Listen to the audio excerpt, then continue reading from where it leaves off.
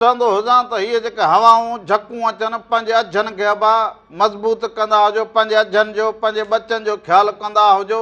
इहे जेके बाहि लॻी वेंदी हुजे किथे कीअं त कखनि खां तीलियुनि खां इन बाहि जेका ॿार उहा चुल्हि में उहा विसाए छॾींदा हुजो। भेनरूं मानी पचाए उथंदी हुजनि, एहतियात लाज़िमी हुजे। सो इहो एहतियात कंदा हुजो। ज़िंदगी ॾिसो त हिन वक़्त में हिन दौर में गुज़ारण केतिरी ॾुखी हुजे। बवैल आहे त उन पोइ मर्द उन घर जे भातियुनि लाइ उहा कहिड़ी तकलीफ़ हुजे त बालक उहे मासूम ॿार जेके हुजनि उहे ईअं घर खां ॿाहिरि अझे खां बग़ैर जो वेही वेंदा हुजनि।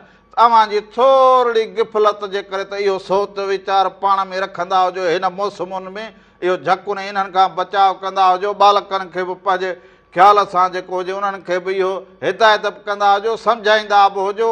ऐं राति जो हाणे ॾिसंदा हुजो त सभु चवंदा हुजनि पर राति जो जेको हुजे अवां पंहिंजे पाण खे महफ़ूज़ करे ओड़ो रखंदा हुजो त घणियूं लाइटूं इहे न ॿारींदा हुजो।